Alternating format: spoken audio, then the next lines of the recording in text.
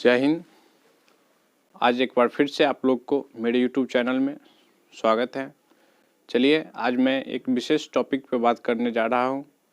ये टॉपिक राष्ट्रीय आयसह मेगा छात्रवृत्ति परीक्षा जो कि 24 जनवरी 2021 को आयोजित होने वाली है। इस परीक्षा में जो भी सिलेबस होंगे, किस किस तरह के पैटर्न पर आधारित क्वेश्चन होता है, उसके बारे में चर्चा करेंगे। तो चलिए शुरू करते हैं।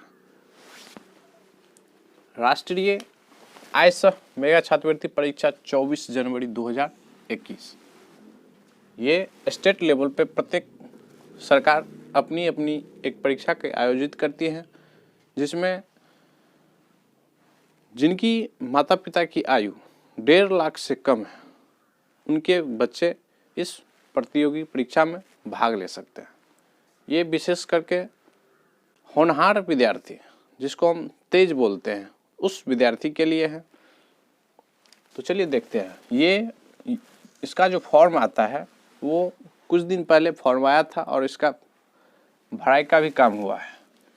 ये फॉर्म 8वीं क्लास के छात्र एवं छात्राओं के लिए है। इस फॉर्म में आपको आर्थिक सहायता दिया जाता है। इसका एक परीक्षा होता है। परीक्षा पास करने के बाद आपको 1000 रुपये करके 4 साल तक, यानी 1000 रुपया अगर देगा तो 12 महीना में 12,000 हुआ, और ये 4 साल तक देती है तो 12 चौके 48,000 टोटल, यानी कुल मिला करके 48,000 रुपया देती है। अगर हम बात करें पूरे देश लेवल पे तो पूरे देश में 1 लाख सीट यानी इन गरीब विद्यार्थियों के लिए होता है, जिनमें बिहार में अगर कुल सीट की बात करें तो 5,433 कुल सीट है। अब देखते हैं परीक्षा का विषय क्या सब है। परीक्षा का विषय तो इसमें परीक्षा आपको 2 चरणों में होगा, एक ही दिन होगा, यानी उसको हम 2 पाली में बोल सकते हैं। यहाँ पे देख रहे हैं हम पहला पाली में मैट का होता है, यानी mental ability test. Mental ability test के अंतर्गत रीजनिंग यानी तर्क शक्ति परीक्षण का परीक्षा होता है, जो कि 90 मार्क का होता है। 90 प्रश्न होगा और समय भी 90 मिनट दिया जाता है। इसमें पासिंग्स के लिए ओबीसी कैंडिडेट के लिए 40% यानी 36 मार्क चाहिए, और SC ST कैंडिडेट के लिए 36% यानी 29 मार्क चाहिए। अब दूसरा खंड है सेट। सेट का होता है स्कॉलास्टिक्स एप्टीट्यूड टेस्ट। इसमें आपको 3 विषय का अध्ययन करना पड़ेगा। पहला है विज्ञान, दूसरा है सामाजिक विज्ञान और तीसरा है गणित।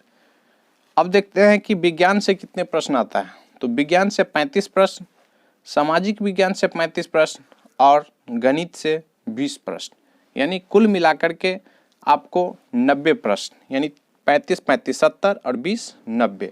इस विषय में भी आपको पास करने के लिए वही 40% यानी 36 मार्क जरूरी है। SC ST कैंडिडेट के लिए 36% यानी 29 मार्क जरूरी है। अगर आप इस परीक्षा को पास करना चाहते हैं तो मेरे YouTube चैनल को सब्सक्राइब कर लीजिए और जो भी वीडियो आए वो आप तक पहुंच सके।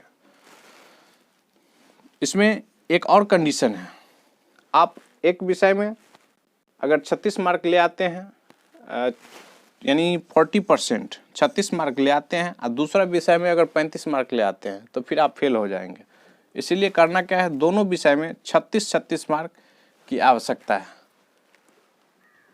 तो चलिए आज यही आपको बताना था। आप लोग प्रत्येक दिन मेरे वीडियो को देखिए। अगर अभी तक चैनल को सब्सक्राइब नहीं किया है तो सब्सक्राइब कर लें और बेल आइकन को दबाना ना भूलें।